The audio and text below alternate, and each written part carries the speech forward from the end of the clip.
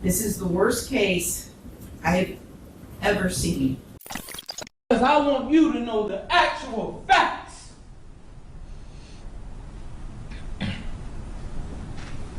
I did kill Kenyatta Barron.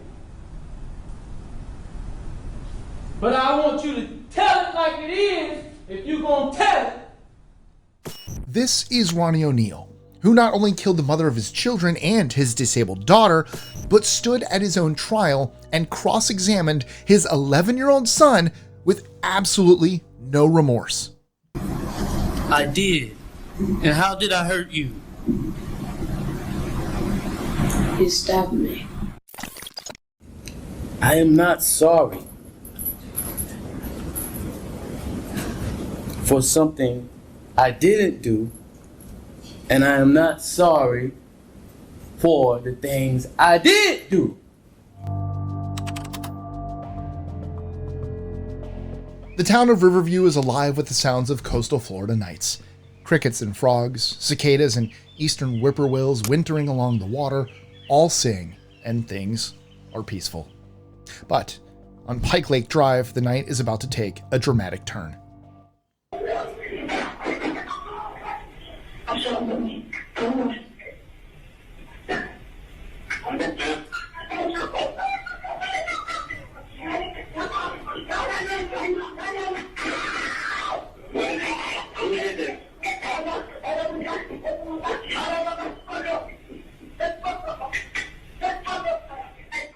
Dispatch received this horrific 911 call. At the time, it was impossible to make out. A woman was clearly screaming for her life and abruptly stops. In the background, a man can be heard repeatedly yelling, "Allah Akbar, Allah Akbar, Allah Akbar," which translates to, "God is greater." Law enforcement raced to the home that the call initiated from. But at the scene, a neighbor, James Gray, was the first to come face to face with the horror of the brutal crimes that had taken place. He rose from bed to the sound of screaming. Looking out into the yard, he told his girlfriend, now wife, to call 911. It would be the second of 3 911 calls dispatch would receive that night. Hello, 911. What is your emergency? Yes, my neighbor is beating up his girlfriend next door. When James Gray looked out at the yard, he saw something that made his stomach drop. 33-year-old mother Kenyatta Barron, who went by Kiki, was laying face down in the grass. A devoted, hardworking single mother of 2, she had gone above and beyond to provide for her 2 children, 9-year-old Ronnie Oneal and 8-year-old Ronnie Jr. The sight of her laying face down in the grass was horrifying. But the man that stood above her painted the scene in an even more demonic light. 29-year-old Ronnie O'Neal stood over her with a gun in his hand, the butt of which was red from her blood, and Ronnie's shirt was soaked in it. At the sight of his neighbor, Ronnie began to yell, "You don't understand! You don't understand! She killed me! Allah Akbar!" With that, he stormed back into his own house, leaving James Gray stunned and silent on his own front porch. Then, Ronnie made his own 911 call.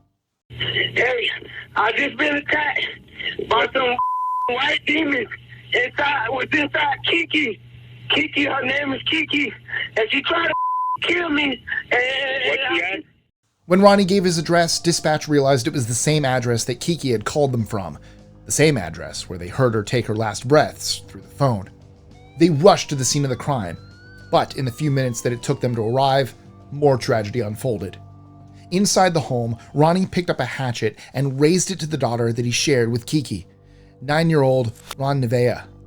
Nonverbal and physically limited by cerebral palsy, she was known by everyone around her as a sunshiny girl who pushed herself every day. Screaming, Ronnie repeatedly struck his daughter, killing her after several blows to her head and limbs. Then he turned to his son, his namesake, who had seen the tragedy befall his sister and his mother. Naturally, the little 8-year-old boy was terrified. His dad screamed at him and came at him with a knife, striking him repeatedly until he was lying on the ground. As if everything he had done wasn't unthinkable enough, Ronnie took things a step further. He began to douse his son and the home in gasoline. By the time law enforcement arrived, the home was being devoured by flames. As first responders descended on the scene, a small silhouette emerged from the smoke consuming the home. Ronnie Jr. collapsed on the ground, much to the shock of everyone on the scene. Upon closer inspection, things were even worse than they had first seemed. Ronnie Jr. was absolutely covered in blood and burns from the fire. His lungs were damaged from smoke inhalation, and according to responders on the scene, he was essentially holding his torso together with his hand because he had been nearly disemboweled. Fighting to breathe, he told responders, "My dad shot my mom." A firefighter on the scene would eventually testify about how he responded after getting Ronnie into the ambulance to have him stabilized. What did you do then? Hugged my other firefighter and cried, to be honest with you. Every professional on the scene had the same opinion about Ronnie Jr.'s chances of survival. They were slim. As they scrambled to assess the situation and get Ronnie Jr. to the hospital, they became aware of Kenyatta lying on the ground. Medics immediately knew that she hadn't survived the brutal attack. She had 2 gunshot wounds, one to the right back shoulder and another to her elbow. Contrary to many early reports, these gunshot wounds were not what killed Kiki. However, the gun was the weapon that led to her death. After shooting Kiki, Ronnie began to savagely beat her with the butt of the gun. The violence was so relentless that the gun was ultimately snapped in half by the repeated blows. In total, she suffered from 15 lacerations to her head, including 6 skull fractures, several fractures to her face, and a fractured jaw. She had fought for her life, but ultimately she died of blunt force trauma from the violence of Ronnie.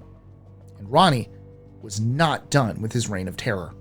As law enforcement tried to handle the scene, he emerged from the garage, speaking nonsensically. Officers yelled commands at him, but he refused to listen, prompting them to fire several taser rounds at him to bring him to the ground.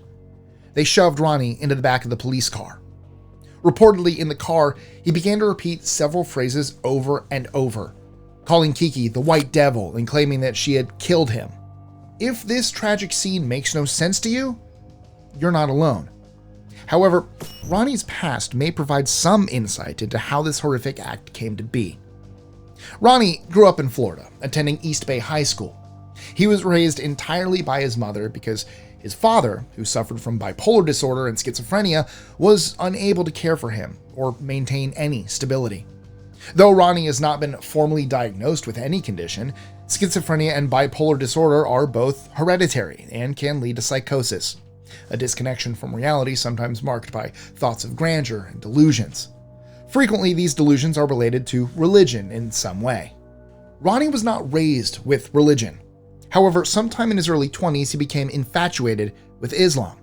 At that point in his life, he was relatively lost.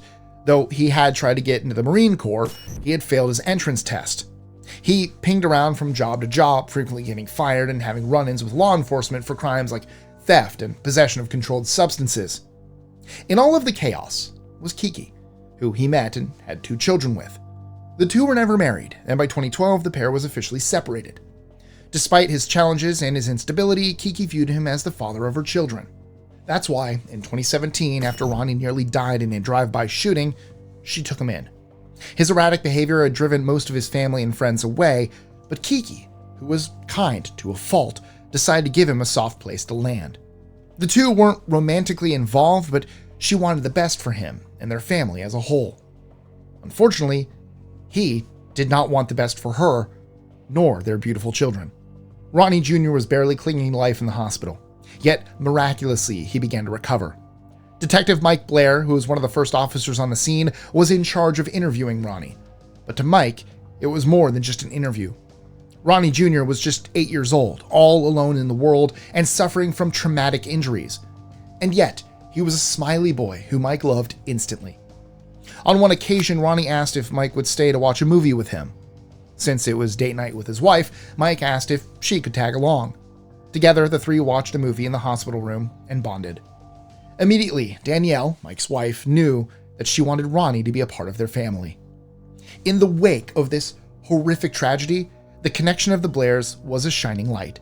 When Mike was contacted by Child Protective Services to see if there was any family Ronnie could go to when he was released from the hospital, he already knew the answer was no.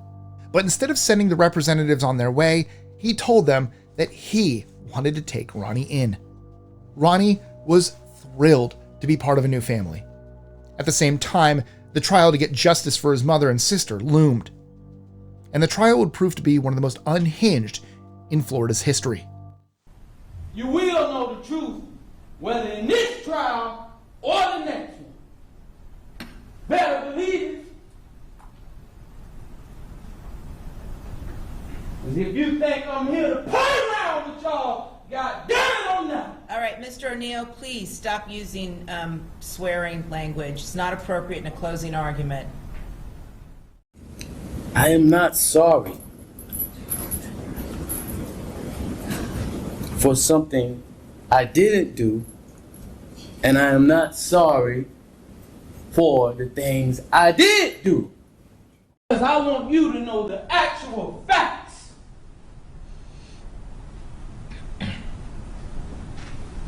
I did kill Kenyatta Barron. But I want you to tell it like it is if you're going to tell it. Though everyone in the United States has the right to court-appointed representation, Ronnie decided to forego that and represent himself. This led to several days of outbursts in court, him displaying no remorse, and ultimately the most heartbreaking moment of the trial: Ronnie cross-examining his own son. Ronnie Jr. was a key witness in the trial. As such, he was legally allowed to be cross-examined by the defense's representation, in this case, his dad. To help the 11-year-old overcome such an ordeal, he was allowed to be in a remote location with his adoptive parents during the questioning. How you doing? Good. It's good to see you, man. Good to see you too. Did I hurt you that night of this incident? Yes. I did. And how did I hurt you?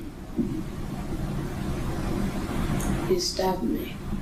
Unsurprisingly, Ronnie was convicted of 1 count of attempted first-degree murder, 1 count of arson, 1 count of resisting a law enforcement officer, and 2 counts of first-degree murder. He was sentenced to 3 consecutive life sentences without the possibility of parole, plus an additional 90 years. Fortunately, his son has been given a beautiful chance at life with a supportive family, and he gets to carry on the legacy of his mother and sister.